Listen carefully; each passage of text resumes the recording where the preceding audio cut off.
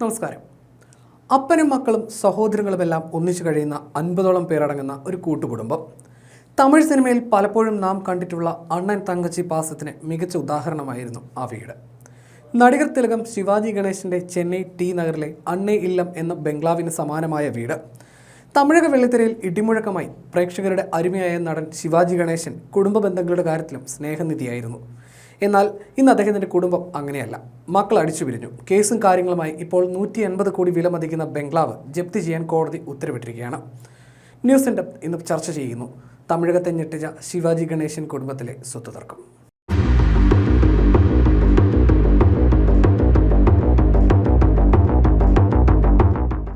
ശിവാജിക്ക് 3 സഹോദരന്മാരും ഒരു സഹോദരിയുമാണ് ഉണ്ടായിരുന്നത്. ഒന്നുമില്ലായ്മയിൽ നിന്ന് അദ്ദേഹം പടിപടിയായി വളർന്ന് താരമായപ്പോൾ അദ്ദേഹം തൻ്റെ ബന്ധുക്കളെയും ചെന്നൈയിലേക്ക് കൊണ്ടുവന്നു.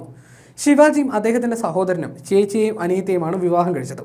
അതോടെ ബന്ധുബലം ഒന്നുകൂടി ഊട്ടി ഉറപ്പിക്കപ്പെട്ടു. ശിവാജിയുടെ ബംഗ്ലാവിൽ ഒരു കുടുംബത്തിലെ 40ഓ 50ഓ വരുന്ന ആളുകൾ ഒരുമിച്ചാണ് ജീവിച്ചത്. എല്ലാവർക്കും ഒരേ ഭക്ഷണവുമായിരുന്നു. ശിവാജി വീട്ടിലുള്ളപ്പോൾ അവർ ഒന്നിച്ച് ഒരു ഉത്സവം പോലെയാണ് കഴിഞ്ഞത്. പക്ഷേ ശിവാജിയുടെ മരണത്തോടെ എല്ലാം അട്ടിമറിഞ്ഞു. മക്കൾ തമ്മിൽ തല്ലും കേസുമായി. ഇപ്പോൾ ശിവാജിയുടെ എല്ലാമായിരുന്ന കുടുംബസ്നേഹത്തിന്റെ പേരിൽ ഏറെ പ്രകീർത്തിക്കപ്പെട്ട ചെന്നൈ ടി നഗറിലെ അണ്ണയില്ലം എന്ന ശിവാജിയുടെ ഓർമ്മകൾ ഉറങ്ങുന്ന ആ വീട് പോലും കേസിൽ കുരുങ്ങുകയാണ്. ശിവാജിയുടെ മൂത്ത മകൻ രാംകുമാറിന്റെ കടബാധ്യതയുമായി ബന്ധപ്പെട്ട് അണ്ണയില്ലം ബംഗ്ലാവിന്റെ ഒരു ഭാഗം കണ്ടുകെട്ടാൻ കോടതി ഉത്തരവിട്ടിരിക്കുകയാണ്. ഇതിനെതിരെ നടനും ഇളയ മകനുമായ പ്രഭു കോടതിയെ സമീപിച്ചതും വാർത്തയായി. അണ്ണയില്ലം ബംഗ്ലാവ് തൻ്റേത് മാത്രമാണെന്നും സഹോദരന് ഈ വീട്ടിൽ യാതൊരു അവകാശവാദവും ഇല്ലെന്നാണ് പ്രഭുവിൻ്റെ വാദം. നേരത്തെ രാംകുമാറും പ്രഭുവും ചേർന്ന് തങ്ങൾക്ക് അവകാശപ്പെട്ട കോടികളുടെ സ്വത്തുകൾ അടിച്ചു മാറ്റിയെന്ന ആരോപണവുമായി ശിവാജിയുടെ പെൺമക്കൾ കോടതിയെ സമീപിച്ചിരുന്നു. പുതിയ കേസ് കൂടിയായതോടെ ശിവാജി കുടുംബത്തിലെ സ്വത്ത് തർക്കം വലിയ വാർത്തയാവുകയാണ്. കാരണം ശിവാജി ഗണേശൻ എന്നത് തമിഴ് മക്കൾക്ക് വെറും ഒരു നടനല്ല, ഇന്നും ഒരു വികാരമാണ്. 1958 ശിവാജി വാങ്ങിയ അണ്ണയില്ലവും ആരാധകരുടെ വികാരമാണ്. ഇവിടെ ഒട്ടേറെ സിനിമകളും ചിത്രീകരിച്ചിട്ടുണ്ട്.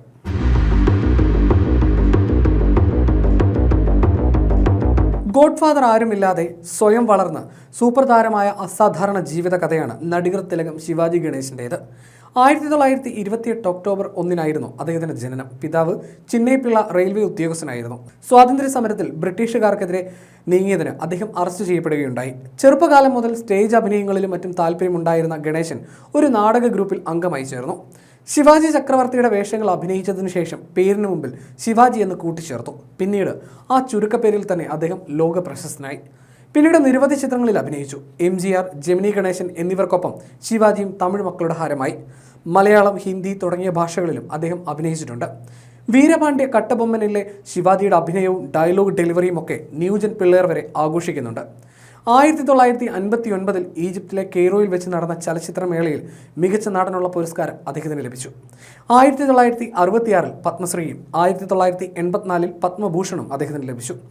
1982 ശിവാജി കമലയെ വിവാഹം ചെയ്തു. ശാന്തി, തേൻമൊഴി, രാംകുമാർ, പ്രഭു എന്നിവരാണ് മക്കൾ. 2001 ജൂലൈ 21 ശ്വാസകോശ സംബന്ധമായ അസുഖത്തെ തുടർന്ന് ശിവാജി മരിക്കുമ്പോൾ തമിഴകം തേങ്ങി. അണ്ണാദുരൈയുടെയും MGRൻ്റെയും ശവസംസ്കാരങ്ങൾക്ക് ശേഷം വലിയ ജനപങ്കാളിത്തം ലഭിച്ച സംസ്കാരമായിരുന്നു ശിവാജിയുടേത്. ജനലക്ഷങ്ങളാണ് ഒരു നോക്ക് കാണാൻ ഒഴുകിയെത്തിയത്. അദ്ദേഹത്തിൻ്റെ ഓർമ്മയ്ക്കായി തമിഴ് ചലച്ചിത്ര മേഖല അദ്ദേഹത്തിൻ്റെ ജന്മദിനമായ ഒക്ടോബർ 1 നടികർ ദിവസമായി ആചരിക്കുന്നുണ്ട്. 50 വർഷം നീണ്ടതായിരുന്നു ശിവാജി ഗണേശൻ്റെ അഭിനയ കരിയർ. ഇതിൽ 30 വർഷത്തോളം അദ്ദേഹം സൂപ്പർ സ്റ്റാർ തന്നെയായിരുന്നു. 60കളിലും 70കളിലും ശിവാജി ഗണേശൻ തമിഴ് സിനിമയിലെ മുടിചൂടാമന്നനായിരുന്നു. തമിഴകത്ത് ആദ്യമായി 1 ലക്ഷം രൂപ പ്രതിഫലം വാങ്ങിയത് ശിവാജിയാണെന്ന് പറയുന്നു. അഭിനയിച്ചതിൻ്റെ പ്രതിഫലം ഉപയോഗിച്ച് അദ്ദേഹം ചെന്നൈയിൽ പലയിടത്തും സ്വത്തുക്കൾ വാങ്ങിയിരുന്നു. അവയ്ക്ക് 300 കോടിയോളം മൂല്യമുണ്ടാവുമെന്നാണ് കണക്കാക്കുന്നത്.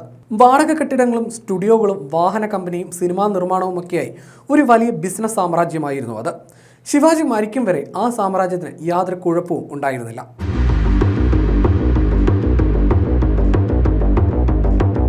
മിക്ക കൂട്ടുകുടുംബ ഹിന്ദു ഫാമിലിയിലും സംഭവിക്കുന്ന അതേ കാര്യമാണ് ശിവാജി ഗണേശൻ്റെ മരണത്തിന് ശേഷം ആ കുടുംബത്തിലും സംഭവിച്ചത്. വിൽപത്രം എഴുതി വെക്കാതെ വലിയ സ്വത്തുക്കളുള്ളവർ മരിച്ചാൽ എന്ത് സംഭവിക്കുമോ അതുതന്നെ ഇവിടെയും ഉണ്ടായി. ഒരു കാലത്ത് 50ഓളം പേർ ഒന്നിച്ച് ഭക്ഷണം കഴിക്കുകയും സ്നേഹപൂർവ്വം ഒത്തുചേരുകയും ചെയ്ത ആ വലിയ കൂട്ടുകുടുംബം തല്ലിപ്പിരിഞ്ഞു. ശിവാജിയുടെ സഹോദരന്മാർ വെവ്വേറെ പോയി. മക്കൾ തമ്മിൽ സ്വത്തിനെ ചൊല്ലി തമ്മിലടി തുടങ്ങി. ശിവാജിയുടെ ആൺമക്കളായ നടൻ പ്രഭുവും നിർമ്മാതാവ് രാംകുമാറും ചേർന്ന് തങ്ങൾ കൂടി അവകാശപ്പെട്ട സ്വത്തുകൾ കൈവശപ്പെടുത്തിയെന്ന് പെൺമക്കൾ ആരോപിച്ചു. അങ്ങനെ വെറുതെ ആരോപിക്കുകയല്ല അവർ ചെയ്തത്, കേസും ഫയൽ ചെയ്തു. ശിവാജി ഗണേശൻ്റെ സ്വത്തുമായി ബന്ധപ്പെട്ട് പെൺമക്കളായ ശാന്തിയും തേൻമൊഴിയുമാണ് ആദ്യം ഹൈക്കോടതിയെ സമീപിച്ചത്. പ്രഭുവും സഹോദരൻ രാംകുമാറുമായിരുന്നു എതിർകക്ഷികൾ. തങ്ങളറിയാതെ ചില സ്വത്തുക്കൾ വിറ്റെന്നും മറ്റു ചിലത് അവരുടെ ആൺമക്കളുടെ പേരിലാക്കിയെന്നുമായിരുന്നു അവരുടെ ആരോപണം. പ്രഭുവും രാംകുമാറും വ്യാജ ബിൽപത്രം തയ്യാറാക്കി കബളിപ്പിച്ചതായും അവർ പരാതിപ്പെട്ടു. അമ്മയുടെ സ്വത്തിൽ 10 കോടിയോളം വില മതിക്കുന്ന 1000 പവൻ സ്വർണം, വജ്രം, വെള്ളി ആഭരണങ്ങളുടെ വിഹിതം എന്നിവ നൽകാതെ വഞ്ചിച്ചതായും ഹർജിയിൽ ആരോപിച്ചിരുന്നു. 2022 നൽകിയ കേസിൽ ഇതുവരെ തീർപ്പുണ്ടായിട്ടില്ല. ശിവാജിയുടെ പെൺമക്കളുടെ ആരോപണങ്ങളിൽ കഴമ്പുണ്ടെന്നാണ് ഇത് സംബന്ധിച്ച് അന്വേഷണം നടത്തിയ ചില തമിഴ് മാധ്യമങ്ങൾ പറയുന്നത്. 1000 പവന്റെ സ്വർണം ആരെടുത്തുവെന്നും 4 പേർക്കും തുല്യമായി അവകാശപ്പെട്ട ശിവാജിയുടെ സ്വത്തുവകകൾ ഏകപക്ഷീയമായി വിറ്റുവെന്നും വികടൻ എന്ന തമിഴ് മാസികയുടെ അന്വേഷണത്തിൽ കണ്ടെത്തിയിട്ടുണ്ട്. എന്നാൽ അന്നൊന്നും ഒന്നും അറിയാത്ത പോലെ കൈമലർത്തുകയാണ് നടൻ പ്രഭു ചെയ്തത്. അന്ന് ഈ സ്വത്ത് കേസിലെ കൂട്ടുപ്രതിയാണ് ജ്യേഷ്ഠൻ രാംകുമാർ. സഹോദരിമാർക്ക് കൊടുക്കേണ്ടുന്ന സ്വത്തുക്കൾ അടിച്ചുമാറ്റുന്നതിൽ ചേട്ടനും അനിയനും ഒറ്റക്കെട്ടായിരുന്നു. പക്ഷേ അവരും ഇപ്പോൾ അടിച്ചു പിരിഞ്ഞു.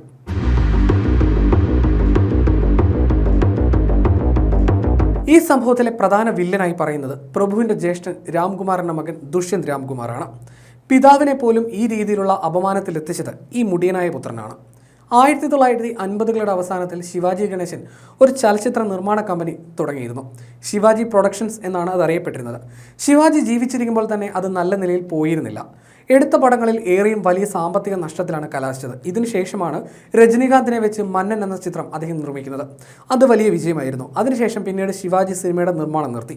ശേഷം മകൻ പ്രഭുവും സഹോദരൻ രാംകുമാറും പ്രൊഡക്ഷനിലേക്ക് ഇറങ്ങി. പിന്നീട് നടൻ എന്ന നിലയിൽ തിരക്കേറിയതോടെ പ്രഭുവും പ്രൊഡക്ഷൻ നിർത്തി. പക്ഷേ രാംകുമാറും മകൻ ദുഷ്യന്തും പിന്മാറിയില്ല. ശിവാജി പ്രൊഡക്ഷൻസ് രാംകുമാർ ഏറ്റെടുത്തു. ആദ്യ നിലയിൽ ഇത് നന്നായി പോയി. പക്ഷേ ദുഷ്യന്ത് രാംകുമാർ പിന്നീട് കളം നിറഞ്ഞതോടെ കാര്യങ്ങൾ കൈവിട്ടു.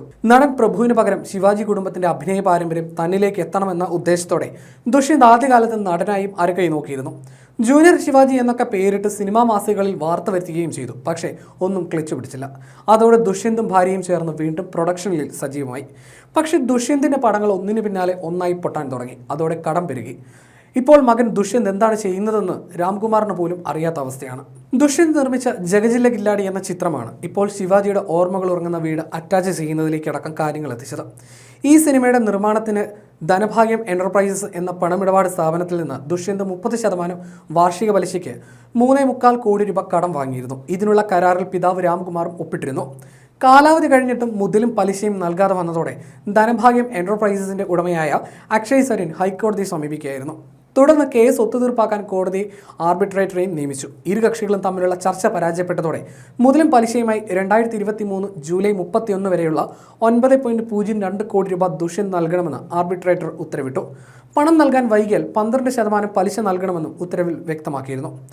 പണം തിരിച്ചുപിടിക്കുന്നതിന്റെ ഭാഗമായി സിനിമയുടെ റൈറ്റ്സ് സ്വന്തമാക്കാൻ അക്ഷയ്ക്ക് കോടതി അനുമതി നൽകി. എന്നാൽ ദുഷ്യന്ത് പണം നൽകിയില്ല. സിനിമ പൂർത്തിയാക്കാത്തതിനാൽ പകർപ്പവകാശം കൊണ്ട് കാര്യമില്ലാതെ വന്നതോടെ അക്ഷയ് വീണ്ടും കോടതിയെ സമീപിച്ചു. ഹൈക്കോടതി നിരവധി തവണ നോട്ടീസ് അയച്ചെങ്കിലും ദുഷ്യന്ത് കോടതിയിൽ ഹാജരായില്ല.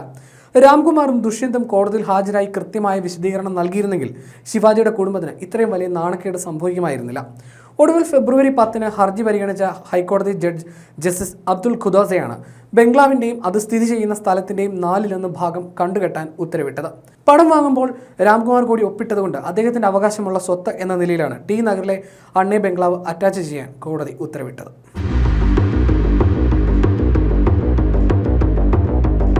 എന്നാൽ നടൻ പ്രഭു ആകട്ടെ കോടതിയിൽ കൈമലർത്തുകയാണ് ഉണ്ടായത്. സഹോദരന്റെ കടബാധ്യതയുടെ ഉത്തരവാദിത്തം തനിക്ക് ഏറ്റെടുക്കാനാകില്ലെന്നും തനിക്ക് അവകാശമുള്ള വസ്തുവകകൾ കണ്ടുകെട്ടാനുള്ള കോടതി ഉത്തരവ് പിൻവലിക്കണമെന്നും പ്രഭു കോടതിയെ അറിയിച്ചു. സഹോദരൻ നിരവധി ആളുകളിൽ നിന്ന് പണം കടം വാങ്ങിയതിനാൽ അതിൻ്റെ ഭാരം വഹിക്കാൻ കഴിയുന്ന അവസ്ഥയിലല്ലെന്നും പ്രഭു കോടതിയിൽ വ്യക്തമാക്കി.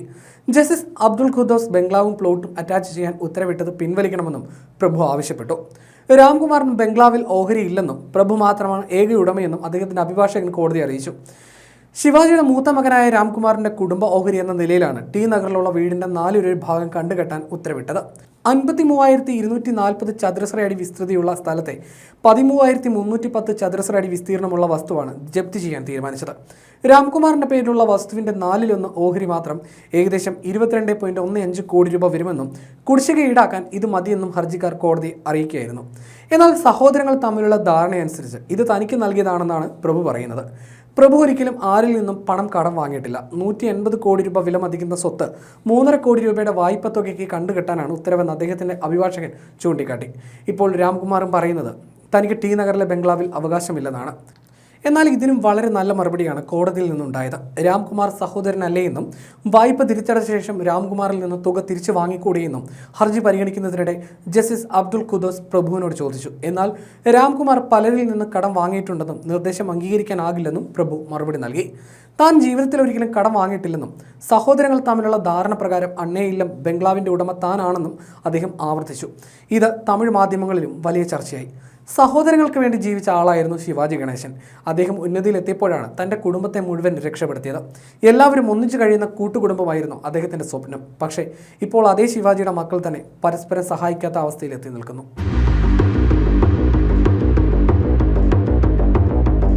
ഇന്നും തമിഴകത്ത് മാർക്കറ്റുള്ള നടനാണ് പ്രഭു. ചിന്നത്തമ്പി അടക്കമുള്ള നിരവധി ഹിറ്റുകളിലൂടെ 90കളുടെ തുടക്കത്തിൽ സൂപ്പർ താരമാവുമെന്ന് കരുതിയ നടനാണ് അദ്ദേഹം.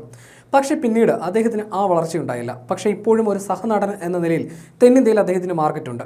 2 വർഷം മുമ്പ് ഇറങ്ങിയ മണിരത്നത്തിന്റെ പൊന്നിയിൻ സെൽവൻ സിനിമയിലെ പ്രഭുവിന്റെ വേഷം ഏറെ ശ്രദ്ധിക്കപ്പെട്ടിരുന്നു. കാലാപാനി, മലയാളി മാമനും അടക്കമുള്ള മലയാള ചിത്രങ്ങളിലെയും ശിവാജി പുത്രന്റെ വേഷം ശ്രദ്ധേയമായിരുന്നു. പ്രഭുവിന്റെ മകൻ വിക്രം പ്രഭുവും തമിഴിൽ മാർക്കറ്റുള്ള നടനാണ്. 2012 ഏറെ നിരൂപക പ്രശംസ നേടിയ കുംകി എന്ന ചിത്രത്തിലൂടെയാണ് അദ്ദേഹം അരങ്ങേറ്റം കുറിച്ചത്. വിക്രം പ്രഭുവും ഇപ്പോൾ സജീവമാണ്. അങ്ങനെ നോക്കുമ്പോൾ കോടികളുടെ ആസ്തിയാണ് പ്രഭുവിനും കുടുംബത്തിനുമുള്ളത്. എന്നിട്ടും ഏതാനും ലക്ഷങ്ങൾ കൊടുത്ത് അവർ സഹോദരനെ സഹായിക്കില്ല എന്ന് പറയുന്നത് ഞെട്ടിക്കുന്നതാണെന്ന് ഒരു വിഭാഗം പറയുന്നു. ഇത്രയും വലിയ നടനായിട്ടും ശിവാജിയുടെ വീട് ജപ്തി ചെയ്യുന്ന അവസ്ഥയിലേക്ക് എത്തിയത് നാണക്കേടുണ്ടാക്കുന്ന കാര്യമാണെന്ന് ആരാധകർ ചൂണ്ടിക്കാട്ടുന്നു. വിചാരിച്ചിരുന്നെങ്കിൽ ആ 3 കോടി നേരത്തെ കൊടുക്കാമായിരുന്നുവെന്നും തമിഴക മാധ്യമങ്ങൾ എഴുതുന്നുണ്ട്. പൊതുവെ സിനിമാ ഫീൽഡിൽ മിസ്റ്റർ ക്ലീൻ എന്നും ജെന്റിൽമാൻ എന്നും അറിയപ്പെടുന്ന ആളാണ് പ്രഭു. എല്ലാം തമാശയെ എടുക്കുന്ന ഭക്ഷണപ്രിയനായ വാചാലനും ഊർജ്ജസ്വലനുമായ ഈ നടന് രജനിയും കമലുമടക്കമുള്ള വലിയൊരു സൗഹൃദ വലയമുണ്ട്. ഇവരൊക്കെ വിചാരിച്ചിരുന്നെങ്കിൽ ശിവാജി ഗണേശന്റെ ഓർമ്മകൾ ഉറങ്ങുന്ന ആ വസ്തുതയെ രക്ഷിച്ചെടുക്കാൻ കഴിയുമായിരുന്നു. പക്ഷേ ആ നിലയ്ക്കൊന്നും കാര്യങ്ങൾ നീങ്ങിയില്ല. മാത്രമല്ല, രാംകുമാറിന്റെ മുടിയനായ പുത്രനെ സംരക്ഷിച്ച് പ്രഭുവും കുടുംബവും മടുത്തതാണെന്നും ഇപ്പോൾ അവർ തമ്മിൽ വലിയ ശത്രുതയാണെന്നും കേൾക്കുന്നുണ്ട്. ശിവാജിയുടെ സിനിമാ അനന്തരാവകാശം ആർക്കെന്നതിലും തർക്കമുണ്ടായി. ദുഷ്യന്ത് ജൂനിയർ ശിവാജി എന്ന പേര് വെച്ചതൊക്കെ ഈ തർക്കത്തിന് ആക്കം കൂട്ടി. പ്രഭുവിൻ്റെയും മകൻ്റെയും സിനിമകൾ പൊളിക്കാൻ ദുഷ്യന്ത് ശ്രമിച്ചുവെന്നും ആരോപണം വന്നിരുന്നു. ചുരുക്കി പറഞ്ഞാൽ അമ്മക്കിളിയെ പോലെ ശിവാജി കൂട്ടുപിടിച്ചു കൊണ്ടുപോയ ആ കുടുംബം പണത്തിൻ്റെയും പദവിയുടെയും പേരിൽ അടിച്ചു പിരിഞ്ഞിരിക്കുകയാണ്. ബന്ധുക്കൾ ശത്രുക്കളാകാൻ അധിക സമയമൊന്നും വേണ്ടല്ലോ.